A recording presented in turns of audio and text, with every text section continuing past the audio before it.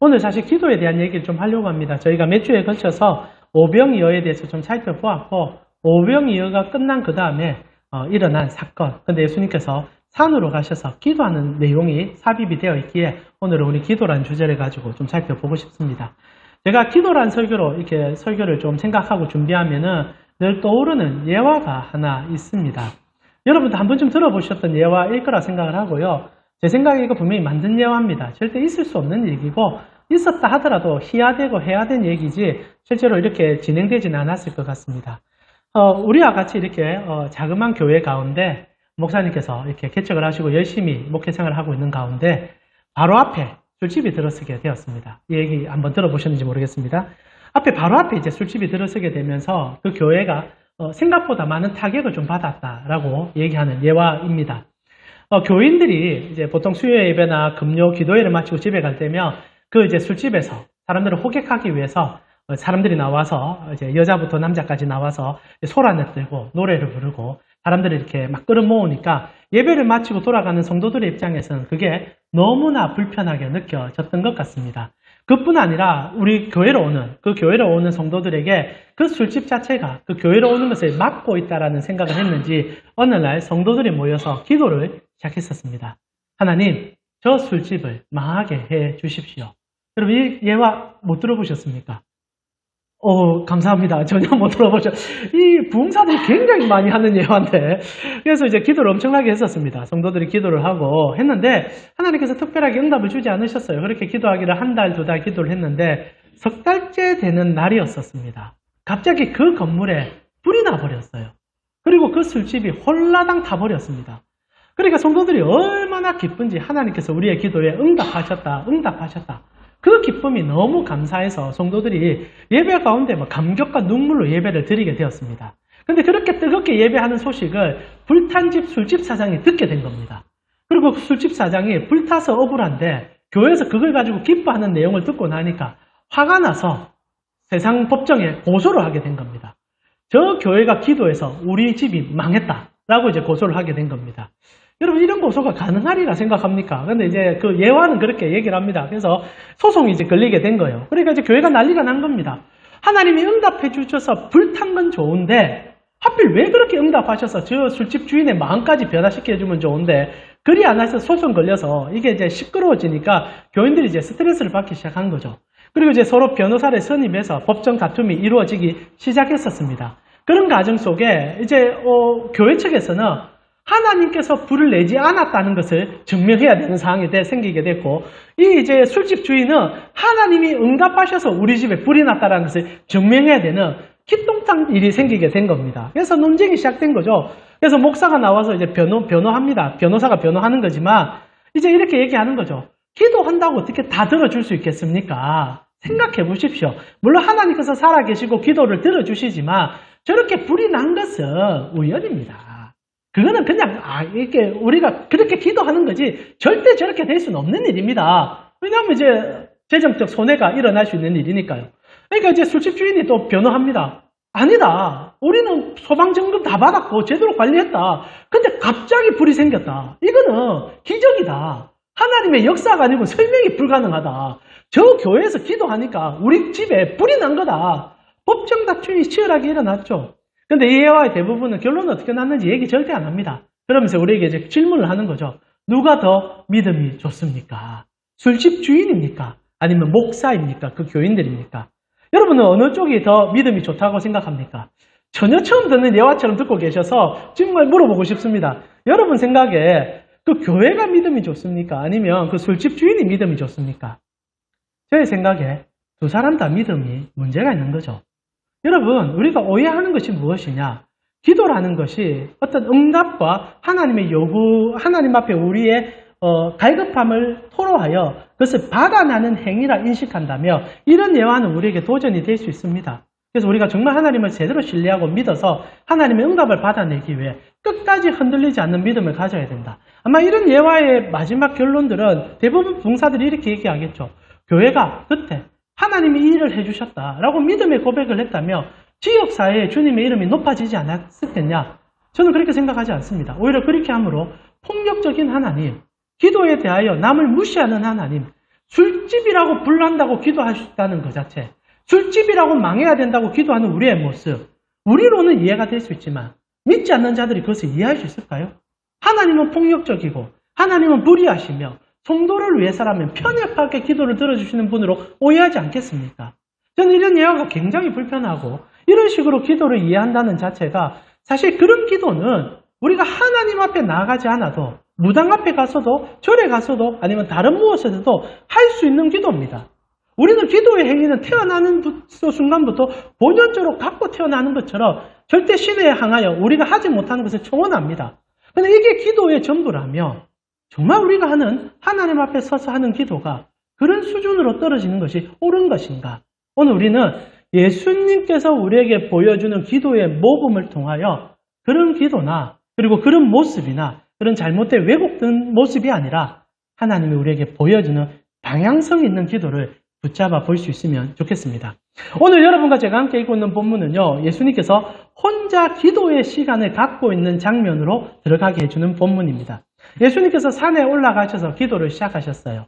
근데 말입니다. 여러분 잘 알다시피 예수님께서 혼자 기도하는 이 장면은 그 앞에 오병이어라는 역사적이면서도 사실 우리가 믿지 않는 사람들까지도 다 아는 엄청난 기적이 일어난 다음의 이야기였습니다. 여러분, 오병이어가 어떤 기적입니까? 군중이 몰려왔었습니다. 그리고 사람들마다 하나님의 말씀을 듣고자 예수님께 귀를 기울이고 있는 그 자리에 예수님께서 그들을 측은히 여기셔서 배불리 먹여 보내주고 싶다는 측은지심 안에서 어린아이가 가져온 떡 5개와 물고기 2마리로 기도하니 장정 5,000명이 먹고, 그리고 실제로 남녀가 따져보았을 때 어린아이까지 계산했을 때 한 2만 명 가까이가 먹을 수 있는 그 떡과 물고기가 생성된 유일무이한 기적의 역사였었습니다.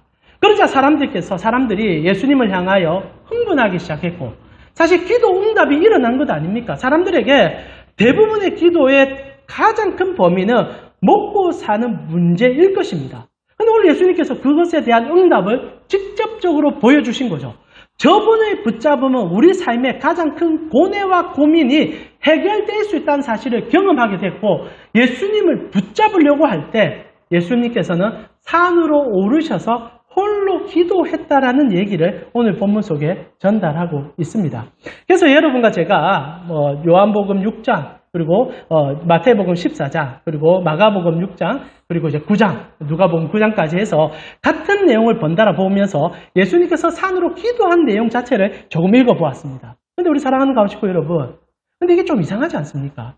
예수님께서 산으로 기도하러 갑니다. 마태, 마가, 누가복음이라 부르는 공간복음은 기도하러 갔다라고 분명히 맹시해주고 있습니다. 그러나 저희가 강의하고 있는 요한복음을 한번 살펴보십시오. 요한복음 6장, 여러분, 14절에 보면은, 이제 15절에 보게 되면은, 예수께서 산에 올라가시는데, 15절 자체에는 기도하러 갔다라는 표현을 아예 삽입하지 않고 있습니다. 제가 15절 한번 읽어드릴게요. 그러므로 예수께서 그들이 와서 자기를 억지로 붙들어 임금으로 삼으려는 줄 아시고, 다시 혼자 산으로 떠나가시니라. 라고 되어 있습니다. 요한복음은 기도라는 말 자체를 아예 꺼내질 않습니다. 그러나 같은 기록을 그대로 복사하듯이 넣고 있는 마태복음과 마가복음과 누가복음은 전부 다 이구동성으로 기도하러 산에 혼자 올라가셨다라고 명시하고 있다는 거죠. 자, 요한복음은 의도적으로 기도라는 말을 빼버렸다는 거예요. 그리고 다른 복음서는 이것이 기도라는 것을 가르쳐주고 있다는 겁니다. 실제로 예수님께서 산에 가셔서 뭐 하셨겠습니까? 기도하셨겠지요. 그러나 중요한 것은 예수님이 하는 기도는 우리가 일반적으로 생각하는 기도와 다른 가치였고, 그러하기에 요한은 아예 기도라는 말을 빼고 우리에게 기도라는 것이 무엇인지를 가르쳐주는 본문으로 우리를 끌어주고 있다는 겁니다. 사랑하는 우리 가우식구 여러분, 기도가 무엇입니까? 지금 예수님께서 산에 올라가셔서 기도하고 계십니다. 예수님은 무엇을 기도하고 계시며 어떤 기도의 모범을 보여주고 계십니까? 여기서 우리가 첫 번째 중요하게 잡아야 될 것은 예수님은 성도들의 응답에 반하기 위하여 산에 올라가셨다라는 사실입니다. 여러분, 오늘 요한복음만 따져본다면 예수님께서 산에 왜 오르십니까? 사람들이 예수님을 붙잡아서 왕 삼아 주려고 하는 마음을 아셨기 때문에 올라갔다라고 얘기합니다. 이 말을 뒤집어 얘기한다면 지금 예수님은 그 세상 사람들 속에 있는 기도를 무시하고 싶어서 올라갔다는 거예요. 여러분, 저들이 원하는 바는 뻔합니다. 예수님을 붙잡아서 예수님을 왕으로 만들며 우리 삶의 모든 문제가 해결될 것이라는 확신을 가지고 예수님을 왕으로 추대하고 싶었다는 거죠. 그들은 기도하고 있는 겁니다. 그들은 주님을 향하여 앙망하고 있는 겁니다. 실존하고 있는 하나님의 아들을 보면서 우리가 이룰 수 있는 모든 것을 그분을 통하여 투사시켜 응답을 받아내고 싶어하고 싶다는 거죠. 그런데 예수님께서는 그것이 싫어서 떠나버리셨다는 거예요. 여러분 정말 무서운 얘기가 뭔지 아십니까? 지금 주님께서 싫어서 도망가는 기도가 있다라는 얘기를 해주고 있고 그 기도가 대부분 우리가 하는 기도일 가능성이 높다라는 것을 여러분이 이해할 필요가 있다는 겁니다. 지금 예수님께서 떠나버리셨어요. 오죽하면 요한복음은 기도라는 말까지 넣지 않습니다. 그러나 실제로 우리의 많은 시간들은 주님께 우리의 원하는 것, 필요한 것, 그리고 구할 것을 기도하고 있는데 혹시나 우리 주님께서는 우리의 기도를 들으실 때 떠나지는 않는가 고민케 하는 본문이 오늘 내용이죠. 자, 그렇다면 예수님께서 왜 산으로 도망가듯이 혼자 떠나게 되셨습니까? 요한복음은 처음부터 예수님께서 우리에게 어떤 것을 원하시고 무엇으로 함께 하는지를 가르쳐 주셨습니다. 요한복음 2장 24절에서 25절을 보니까 여러분 PPT 뜰 거니까 한번 보시면 좋은데요. 제가 읽어드릴게요. 주님께서 사역을 시작하시자마자 사람들이 열광같이 예수님을 향하여 그들의 필요성을 이루고자 달려왔습니다. 근데 예수님께서는 단 한 번도 그들에게 의탁하지 않았다는 얘기를 해줘요. 요한복음 2장 24절에서 25절을 보니까 예수는 그의 몸을 그들에게 의탁하지 아니하셨으니 이는 친히 모든 사람을 아심이요. 25절 우리 같이 한번 읽어볼까요? 25절 같이 읽겠습니다. 또 사람에 대하여 누구의 증언 또 받으실 필요가 없었으니 이는 그가 친히 사람의 속에 있는 것을 아셨습니다. 자, 이 말이 여러분 예수님께서 이 땅에 있으시면서 완전한 인간으로 오셨기에 필요가 있으셨고 그 필요를 체험받는 것이 도움을 받는 것이 필요하기 때문에 사람들에게 그 도움을 받는 역할 속에서 의탁하지 않으셨다라는 것처럼 느껴질 수 있는 구절이기도 합니다. 그러나 이것을 좀 뒤집어서 생각한다면 예수님께서 우리 속에 있는 것을 빤히 보고 계시기 때문에 실제로 우리의 그 필요성에 그 주님께서 마음을 담아주지 않으셨다는 얘기처럼 해석할 수 있는 본문이기도 하다는 거죠. 이렇게 표현하면 어떻겠습니까? 주님께서 의탁하는 기도를 한다. 우리 주님에게 뭔가 도움이 될 거라고 생각하고 그 도움을 주고 싶어서 기도하는 그 내용까지도 주님은 아시기 때문에 그들과 함께 할 수 없는 사항이라고 말해주는 본문으로 보여진다는 거죠. 실제로 예수님께서는 단 한 번도 사람 속에 들어가 그들 속의 필요성을 그들이 필요로 하는 것을 채워준 적이 없다라고 표현하고 있는 것을 여러분 좀 알고 있었으면 좋겠습니다. 여러분 어떻습니까? 주님께서 우리에게 강하게 얘기하고 있는 거예요. 실제로 오병이어를 이룰 때 사람들의 명확한 인지는 하나였습니다. 우리의 필요성을 그분에게 체험받고 싶다. 그러나 예수님께서는 뒤집고 계시다는 거죠. 그리고 우리에게 그것이 잘못된 길로 갈 수 있음을 보여주고 있다는 겁니다. 실제로 이렇게 얘기할 때 우리는 우리의 기도가 무엇을 향하고 가고 있는지를 고민할 수밖에 없는 예수님의 음성을 듣게 되는 것 같아요. 사랑하는 우리 가운식구 여러분, 여러분은 무엇을 위해서 기도하고 오늘까지 오시면서 무엇으로 기도하고 계셨습니까? 저는 여러분이 찾고 구하는 것이 잘못됐다고 얘기하고 싶지 않습니다. 대부분의 기도가 잘못된 거 없어요. 하나님께서는 무엇이든지 기도하라고 얘기하셨습니다. 그래서 우리의 필요한 재정, 우리의 필요한 사업, 그리고 우리가 붙잡고 싶고 얻고 싶은 것에 대하여 주님께 토로하는 것이 문제가 되지 않을 수도 있습니다. 그러나 중요한 것은 그게 전부가 될 때, 그것이 우리의 모든 것이 될 때, 그것은요, 그 자체가 하나님이 될 가능성이 있기 때문입니다. 예수님이 왜 그들을 피해서 산으로 도망가셨습니까? 그들이 원하는 것은 예수님이 아니었기 때문입니다. 그들이 원하는 건 떡이었던 거예요. 그들이 원하는 것은 밥이었습니다. 그들이 원하는 것은 돈이었던 거죠. 근데 예수님께서 줄 수 있습니다. 그러나 주는 것은 문제가 되지 않지만 줌을 통하여 그들이 잊어버리게 되는 것, 하나님의 아들 예수 그리스도의 그 사랑을 잃어버리기 때문입니다. 실제로 많은 사람들이 하나님을 찾을 때 하나님께서 만능 주머니처럼 기도만 하면 다 줄 수 있는 분으로 오해하는 것 같아요. 그러나 성경은요, 기도를 그런 식으로 가르쳐 준 적이 한 번도 없을 뿐 아니라 하나님께서 그런 식으로 우리에게 응답하는 분이라고 가르쳐 준 적이 단 한 번도 없습니다. 그런데 많은 분들이 기도에 대해서 생각하면은 하나님과 실험해서 어떤 것을 확립하고 얻어내는 하나의 도구처럼 생각할 때가 너무 많은 것 같아요. 실제로 여러분, 기도를 우리가 왜 오랫동안 하고 많이 합니까? 여러분 주님 앞에 씨름하며 주님 앞에 기도하는 목적이 무엇입니까? 제가 느끼기에 여러분이 우리라고 표현합시다. 저도 동일하니까요. 우리 모두가 하나님 앞에 기도를 가장 많이 할 때는 내가 지금 어려움이 있고 필요가 있을 때인 것 같습니다. 그것을 하나님께 부정하진 않아요. 근데 그렇게 기도하는 과정 속에 하나님의 마음을 읽기보다는 그것을 얻는 그 자체가 목적이 되어서 그것이 얻어지면 응답이고 얻지 못하면 응답받지 못했다라고 생각하는 과정들이 있지는 않는지를 물어보고 싶어요. 실제로 우리의 많은 것들은 필요를 채우는 것이 중요하게 느껴집니다. 그러다 보니까 교회 안에서 기도를 가르칠 때 강청하는 기도, 그리고 하나님과 씨름하는 기도, 하나님으로부터 받아내는 기도에 대한 이야기들을 참 많이 해주는 것 같습니다. 지금은 그런 얘기들이 조금 이제 허지부지해지고 많이 얘기가 되지 않지만 제가 젊었을 때 가장 많이 들었던 것은 기도는 씨름이다. 그리고 하나님의 보좌를 흔드는 것이다. 이 흔든다는 얘기는 가장 최근까지 어떤 장로님께서 신유 집회를 하면서 많이 했던 얘기로 제가 알고 있습니다. 그런데 여러분 하나님의 보좌가 흔들린다며 그리고 하나님이 강청해서 뭔가를 토해낼 수 있는 분이라며 여러분 그런 하나님 믿을 수 있습니까? 줄 것과 주지 못할 것이 구분이 되지 아니하고 우리가 쪼르고 금식하며 언제든지 줄 수 있는 분이라며 그분은 신뢰할 수 없는 분이 가능성이 매우 높지 않겠습니까? 실제로 성경을 보게 되면요. 우리가 강청하는 기도, 쪼르는 기도, 보좌를 흔드는 기도를 고백할 수 있는 구절들이 조금은 있습니다. 가장 대표적으로 우리가 기도를 오예케 만드는 구절 중에 누가복음에 가부가 재판관에 찾아가서 쪼르니까 가부가 아이고 내가 막 들어주기 싫은데 네가 너무 쪼르니까 들어준다는 얘기가 등장합니다. 이게 누가복음 18장 1절부터 나오는 얘기 아닙니까? 제가 한번 읽어드릴게요. 이게 기도에 대한 얘기고 여러분 이 기도의 내용을 어떻게 이해하는지를 스스로 한번 점검해 보십시오.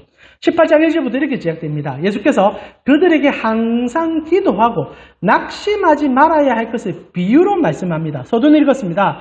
성도는 기도 생활을 쉬지 아니하고 해야 된다라고 얘기합니다. 자, 그러면서 하는 얘기가 무엇이냐? 이러시되 어떤 도시에 하나님을 두려워하지 않는 사람을 두려워하지 않고 사람을 무시하는 한 재판관이 있는데 그 도시에 한 가부가 있어서 자주 그에게 가서 원수에 대한 나의 원한을 풀어주소서라고 얘기합니다. 그자 그 재판관이 그가 얼마 동안 듣지 아니하다가 후에 속으로 생각하되 내가 하나님을 두려워하지 않고 사람을 무시하나 이 가부가 나를 번거롭게 하니 내가 그 원한을 풀어주리라. 그렇지 않으면 늘 와서 나를 괴롭게 하리라 하였으니라. 주께서 이제 말씀합니다. 이러시되 불의한 재판장이 말한 것을 들으라. 하물며 하나님께서 이 밤낮 부르짖는 택하신 자들의 원한을 풀어주지 아니하시겠느냐? 그들에게 오래 참으시겠느냐? 여러분 어떻게 해석하시겠습니까?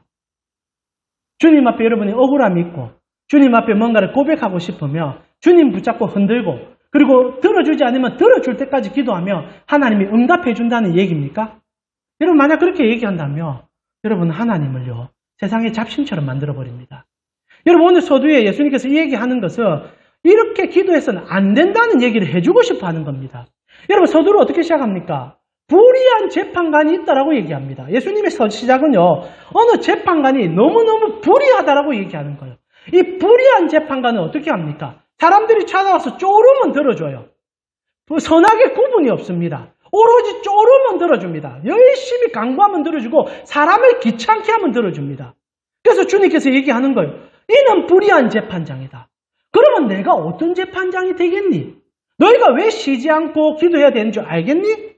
너희가 쪼른다고 되는 게 아니라 내가 아버지됨을 기억하고 하나님 안에서의 기도가 필요하니 너희가 기도하지 않아도 내가 들어줄 수 있는 것들을 기도하지 말고 나의 관계 속에서 기도하기를 바란다라고 한 얘기입니다.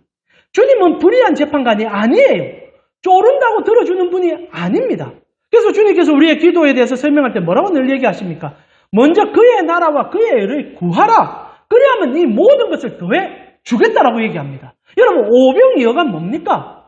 기도하지 않아도 채워준다는 하나님의 실존적 은혜 아닙니까?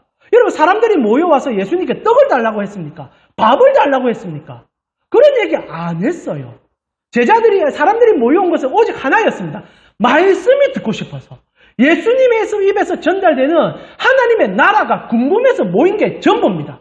그러나 예수님께서 쳐다보니 너무 불쌍해서 너무 마음이 아팠어. 사실 그들 가운데는 배가 안 고픈 사람도 있었을 거예요. 그리고 나름대로 준비한 것도 있는 사람도 있었을 겁니다. 그러나 주님께서 미리 아시고 채워주시며 그들이 원하지 않아도 오병이어를 베풀어 역사상 가장 큰 기적을 그들 앞에 펼쳐 주었습니다. 이유는 딱 하나예요.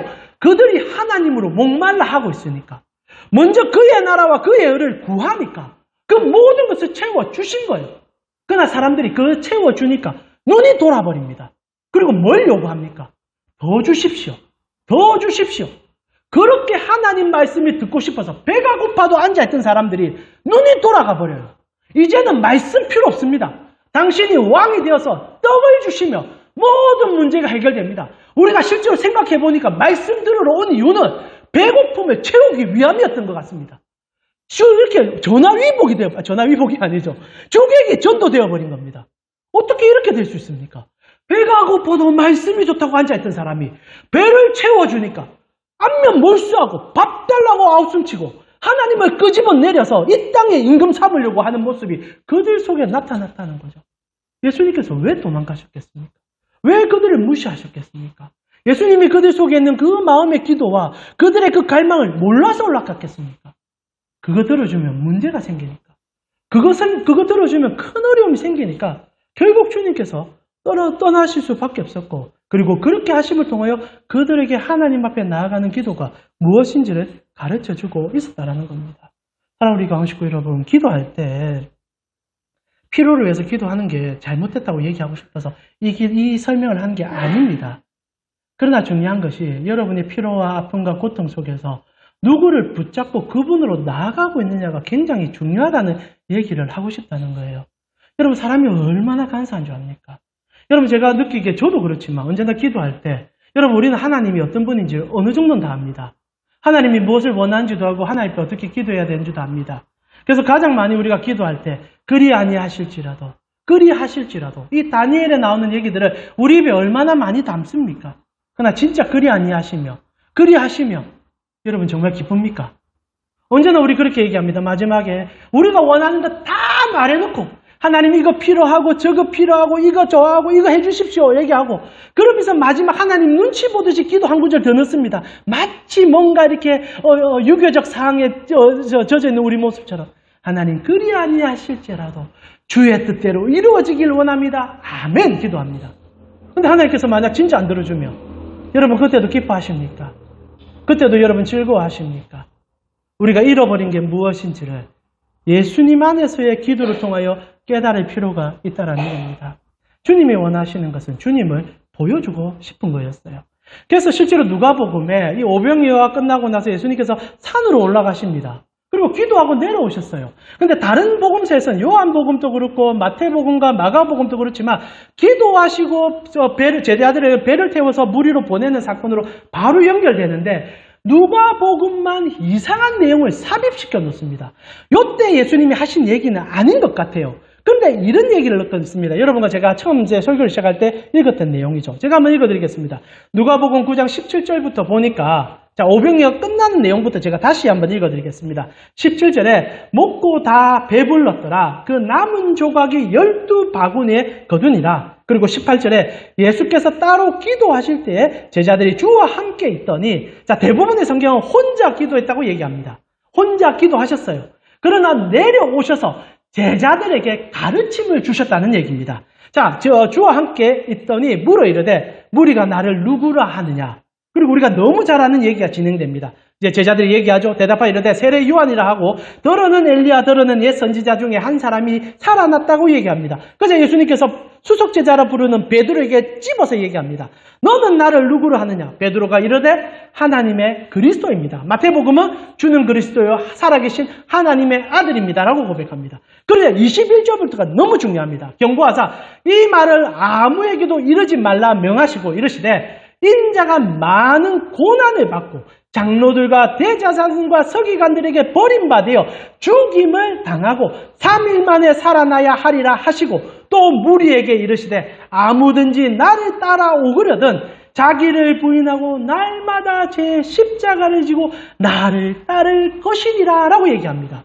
이 얘기가 왜 중요하냐면 이때 이 얘기를 예수님이 한 얘기가 아니기 때문입니다. 저는 이 얘기가 언제 진행됐냐면 마태복음의 기록이 맞다라고 생각해요. 여러분 성경 지식이 조금 있는 분들은 이 얘기가 예수님께서 이제 공생의 마지막 부분 중에 이제 십자가를 지기 전 제자들과 수양회 겸 가이사라 빌립보라는 지역에 가서 우상 신전 앞에서 물어보는 장면으로 이해하는 분들이 있을 것입니다. 저는 그게 시점이나 시각적으로 맞다라고 봐요. 예수님께서 그때 그렇게 물으셨고 그 우상 신전 앞에서 절하며 인간의 탐욕을 기도하는 그들에게 진짜 하나님이 누군지를 묻는 그 고백이었고 베드로는 진실되게 고백합니다. 주는 그리스도시요 살아계신 하나님의 아들입니다. 라고 얘기하는 장면이죠. 그러나 누가는요. 오병이어 기록 속에 이것을 삽입시킵니다. 왜? 이것이 주님께서 기도한 기도 제목이었기 때문이죠. 주님이 왜 기도하셨습니까? 세상 죄를 지고 이런 탐욕에 물들어 있는 우리로 하나님 나라를 보여주고 싶어 자신의 몸을 찢기 위하여 기도하시는 분이었다는 겁니다. 그래서 가르쳐 주는 거예요. 사람들이 몰려와 떡을 더 달라고 아우성 칠 때 내가 줄 떡은 내 살밖에 없다. 내가 줄 떡은 내 피밖에 없다. 나를 통하여 하나님 나라 가는 것이 너희가 잠시 배부르고 기쁜 그것 가치보다 더 좋은 가치니 나를 따르려거든 너희 십자가를 지고 따를 수밖에 없는 것이다. 이것이 주님의 기도의 가장 기초였고 제자들에게 이런 기도가 필요함을 가르쳐 주었고 이것이 우리 성도들이 해야 될 가장 기본적인 기도라는 거죠. 그래서 기도라는 것은요. 우리 안에 이루어져가는 욕망의 충실함이 아니라 그리스도께서 무슨 일을 하셨고 그리스도께서 나를 위하여 하셨던 그 일을 찬미하며 그것이 나와 어떤 상관이 있는지를 물어보고 그것을 삶에 녹이기 위하여 실험하는 시간.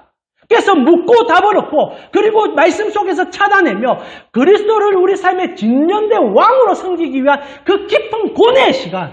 그게 기도라는 거예요.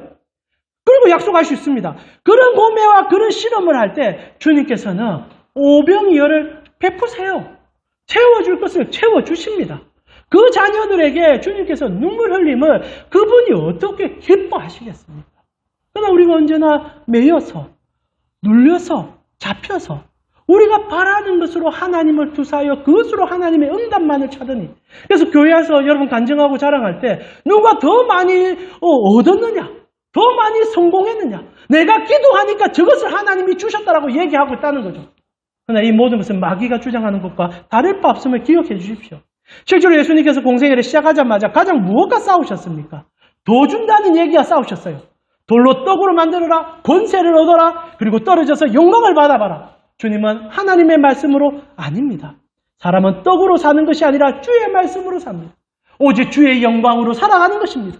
그 은혜 속에 들어가기 위하여 실험하는 행위가 기도라는 겁니다. 기도는 예수를 붙잡는 시간이지 내 욕망을 투사하는 시간이 아닌 것을 안다면 우리의 기도의 폭이, 진정된 기도의 폭이 하나님 가치만큼 다가가지 않겠습니까? 이것이 기도를 흔들어 채워대는 행위라고 생각하는 우리에게 주는 주님의 일침이죠. 나누고자 말합니다. 달라고 기도해서 응답받는다며 우리는 기쁠 수 있습니다. 그러나 하나님은 그 자리를 떠날 수도 있습니다. 그리고 하나님 앞에 서 있는 것이 무엇인지를 제대로 알지 못한다면 하나님과 함께하는 기도는 없을 수 있다는 거지요. 그런데 또한 우리는 한 가지 더 생각할 필요가 있습니다. 주님의 기도라는 것은 주님의 보좌를 흔드는 행위가 아닙니다. 그러나 또한 중요한 것은요. 주님께서 왜 기도하셨냐라는 의미 자체를 조금 더 곱씹을 필요가 있다는 거죠. 자, 주님께서 기도할 때 1차적으로는 우리를 위해서 기도하셨습니다. 올라가셔서 오병이어를 먹었던 그 사람들을 생각하며 주님께서는 그들이 하나님 나라를 알아보기 위해서 얼마나 실험하셨겠습니까? 그러나 2차적으로는요. 주님 자체가 기도가 필요했기 때문에 올라가셨다는 사실을 여러분 아시고 그것 또한 우리가 붙잡을 필요가 있습니다. 여러분 우리가 가장 많이 착각하는 것 중에 하나가 예수님께서 이 땅에 계시는 동안 예수님이기 때문에 그 어떤 유혹에도 넘어질 수 없는 분이라는 생각을 가지고 그분을 대하는 우리의 실수입니다. 여러분 예수님께서 이 땅에 오셨을 때는 완벽하고 완전한 인간으로 오셨습니다. 그리고 그분께서는 완벽한 하나님으로 또한 이 땅에 계셨죠. 신성과 인성은 분리되지 않으셨습니다. 그리고 인간으로 완전하시면서 또한 하나님으로 완전하시는 그래서 그분을 독생자로 부르지 않습니까? 이 독생자가 유일한 아들이라는 뜻이 아니라 독특한 종류의 아들입니다. 단 한 번도 이 땅에 있을 수 없는 완전한 인간이면서 완전한 하나님으로 우리 가운데 오셨던 거죠. 그래서 그분은요, 이 땅에 계시는 동안 얼마나 많은 내적 갈등을 경험한지 모릅니다. 여러분, 예수님이니까 당연히 이겨내셨겠지. 절대 그렇지 않습니다.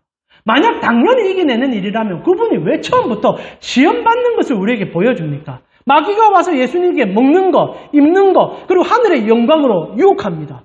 너 절해봐, 기도해봐, 다 들어줄게. 만약 유혹이 되지 않는 일이라면 이건 쇼입니다. 우리를 희롱하는 것이고 우리에게 무가치한 행위를 보여주는 하나의 샘플적 요소밖에 안 됩니다. 그러나 예수님은요, 40일 금식하고 마귀를 만났을 때 정말 실험하셨습니다. 정말 그게 쉽지 않으셨을 거예요.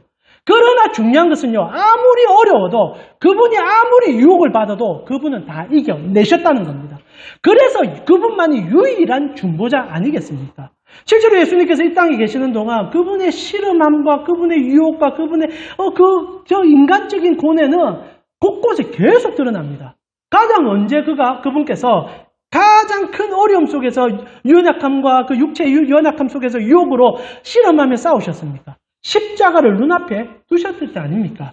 마태복음 26장 38절에 너무 잘 아는 구절이지요. 예수님께서 이제 하룻밤이 지나며 십자가를 지고 온 인류의 죄악을 그의 몸으로 감당할 정말 전후무이란, 그리고 우리가 상상할 수 없는 고통 가운데로 나아가시는 일이 이제 준비됩니다. 그리고 주님께서 당한 일은 십자가에 당한 육체적 고통이 아니라 우리 모든 인류의 죄악을 그의 몸으로 담는 영적인 아픔이 더 깊은 순간이었습니다. 그래서 예수님께서 이렇게 얘기 시작하시죠. 마태복음 26장 38절에 이에 말씀하시되 내 마음이 매우 고민하여 죽게 되었으니, 갈등이 시작됩니다. 예수님이 죽게 되었다고 얘기하는 거예요. 죽을 수 없는 그분이 인간적으로 죽을 수밖에 없는 순간에 돌입했을 때 우리같이 연약해지고 있다는 거예요. 그리고 얘기합니다. 제자들에게 내가 너무 힘드니까 너희 같이 머물면서 좀 기도해달라 부탁을 합니다. 예수님 아세요? 신성이신 그분은 얘들이 절대 한 시간도 기도 못하고 뻗을 거 압니다. 그런데도 부탁하세요. 이게 이제 인간으로서의 예수님의 하나의 모습입니다. 그리고 이제 하나님 앞에 나가서 기도하면 어떻게 기도합니까? 조금 나가서 얼굴을 땅에 대시고 엎드려 기도하여 이르시되 내 아버지여 만일 할만하시거든 이 잔을 내게서 지나가게 하옵소서. 그러나 나의 원대로 마옵시고 아버지의 원대로 해 주십시오라고 청원하기 시작합니다. 절박하며 갈급하며 피하고 싶은 열망이 담겨있는 처절함의 기도입니다.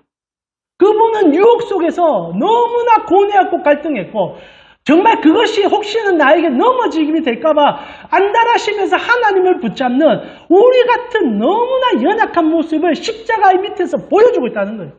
근데 이게 정말 예수님을 믿지 못할 뿐으로 만듭니까? 아니죠. 오히려 이런 분이 이겨내셨습니다. 이런 분이 이겨내셔서 십자가를 지셨다는 거예요. 그래서 성경은 우리에게 단 한 가지를 가르쳐 줍니다. 이 세상에서 하나님과 우리 사이에 통로가 될 수 있는 분은 이 갈등을 하신 이분밖에 없다. 그래서 유일한 중보자라고 얘기하죠. 주님께서는 인간으로서 경험할 수 있는 모든 것을 다 경험하셨습니다. 100% 경험하셨어요. 단 한 번도 쇼를 하신 적이 없습니다. 갈등하고 고뇌했습니다. 성도의 고뇌를 그래서 하십니다. 여러분의 삶에 거대한 무게가 다가와 극복할 수 없는 어려움이 다가왔을 때, 신앙하며 꼬꾸라질 때 주님은 안다라고 말합니다. 이게 그냥 쇼가 아니에요. 내가 하늘에 있는데 손가락 하나만 구해내줄 수 있으니까 아는 척 해줄게가 아니라 진짜 아는 겁니다. 그분은 고뇌하셨고 갈등하셨고 홀리셨고 그리고 고통스러워하셨습니다. 이것이 주님 앞에 있어서 기도였다라는 거죠. 사랑하는 우리 가십고 여러분, 기도라는 것이 하나님을 향해 나아가는 것이 기도였다며, 주님이 우리에게 또다시 보여주는 기도는 주님을 만나기 위하여 발버둥치며 우리 삶의 문제 속에서 주님의 실존을 알아가기 위하여 발버둥치는 것 또한 기도라는 겁니다. 달라고 기도하는 것 또한 실존이 될 수도 있겠지요. 하나님 뭔가 보여달라고 할 때도 실존이 될 수 있습니다. 저희가 최근에 사사기를 저녁마다 묵상하고 있지 않습니까? 기도는 정형적으로 주님 앞에 물질적으로 보여주기를 기도했던 인물입니다. 전쟁을 눈앞에 뒀을 때 불안과 두려움이 암습했습니다. 그리고 하나님과 딜을 시작하죠. 양털을 앞에 두고 하나님, 만약 내가 진짜 이 전쟁을 치러야 된다면 이 양털 빼고 온 땅을 적게 만들어 보십시오. 하나님이 그대로 해주십니다. 그래서 제가 기도원이 여전히 불안한지 두 번째 요구합니다. 여러분 이번에 반대로 해주십시오. 땅은 말라인데 이 양털만 적게 해주십시오. 하나님 그대로 해주십니다. 여러분 성경 어느 곳에 그런 기도에 대하여 하나님께서 책망하지 않으셨다는 거예요. 왜 그렇습니까? 지금 기도는 하나님의 실존을 놓고 실험하고 있기 때문입니다. 하나님을 알고 싶고 하나님을 만나고 싶고 그러나 여전히 세상 속에서 불안하니까 세상의 거친 엄습이 너무나 강대하니까 300명으로 수십만 대 군사와 싸울 것을 예상하고 있으니까 그때는 우리가 구하고 찾고 두들겨야 되는 거예요. 하나님 못하겠습니다. 하나님 나는 싸울 수가 없습니다. 하나님 나는 이것밖에 없습니다라고 기도할 때 하나님이 왜 응답하지 않겠습니까? 완전한 인간으로 계신 예수님은 그 필요에 따라 하나님을 찾으셨습니다. 그리고 하지 못할 것에 대해서 고백하셨습니다. 그러나 그것에 대하여 하나님은 단 한 번도 싫다 하지 않으셨고 오히려 품어준과 사랑하심으로 우리에게 보여주셨다는 거죠. 사랑 우리 가운데 여러분, 기도라는 것은요. 무엇을 구하도 상관없습니다. 어떤 것을 구해도 상관없습니다. 그러나 꼭 기억하십시오. 기도의 중심에 누가 있는지를 묻지 않는다면 우리는 세상에서 하는 수많은 잡신들에게 몰입 꿇는 행위와 다를 바가 없다는 거예요. 진짜 여러분이 얻고자 하는 것이 하나님을 위함입니까? 그건 우리가 알 수 있다고 생각해요. 아니, 스스로 속일지도 모르겠지만 진실되게 물어보세요. 없어도 되는 것이 가능성이 매우 높고 그게 아니라도 우리가 하나님 앞에 살아갈 방법들이 있을 때 우리는 저 사람보다 2배를 더 얻고 싶어서 저 사람보다 내가 조금 더 나은 모습을 보여주고 싶어서 하나님을 찾고 있지는 않습니까? 정말 절박해서 오늘 먹고 사는 게 없어서 뒹구는 사람에게 하나님이 너 그렇게 기도하지 마. 그럴 뿐이 아닙니다. 하나님은 오히려 더 슬퍼하시고 그 일을 통해 하나님 나라를 보여주시겠죠.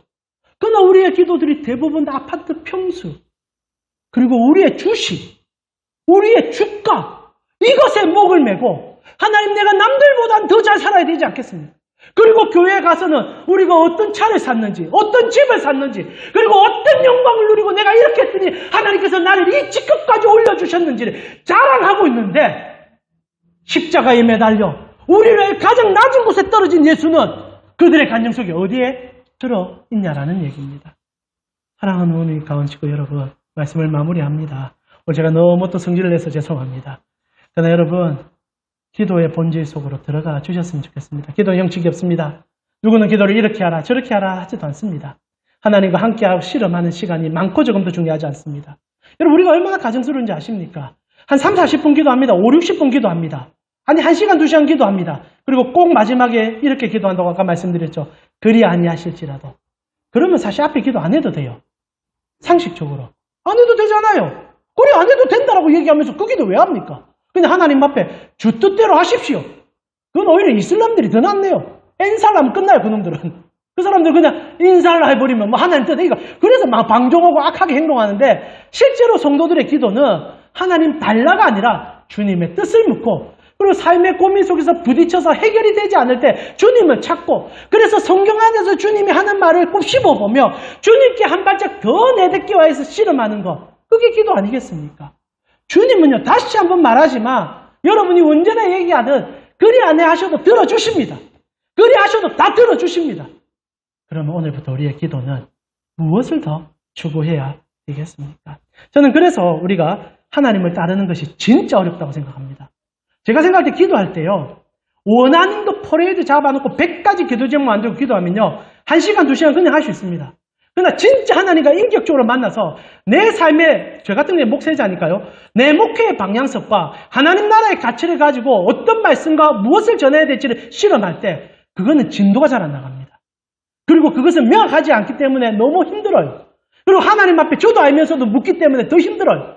그러나 이런 기도의 시간들이 하나님과 내 사이를 좁혀가고 세상이 보지 못하는 것을 보게 만들며 그리고 더 놀라운 것은 구하지 않은 것을 허락하는 하나님을 극적으로 만나는 계기들이 되어왔다는 겁니다. 사랑하는 우리 가운데 여러분, 기도는 성취를 위한 도약이 아닙니다. 오히려 내려놓음의 길이요 하나님과 동행함을 하기라는 통로요 더 깊이 예수님을 경험하는 길인 것을 잊지 마십시오. 기도를 많이 하셔야 합니다. 정말 기도를 많이 하셔야 합니다. 그러나 기도를 많이 하시되 여러분이 기도 제목을 적어놓던 것 중에 정말 하나님과 어떤 관계 속으로 들어가기 위한 기도인지를 물어보시고 그렇지 않은 것들은 다 잘라내시고 그러나 여러분 그거는 얘기해드리고 싶습니다. 이웃을 위해서 기도할 때는 구체적으로 기도해 주십시오.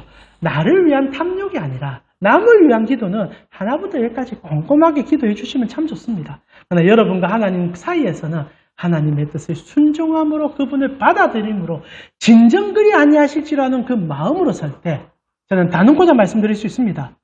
하나님을 보게 될 것입니다.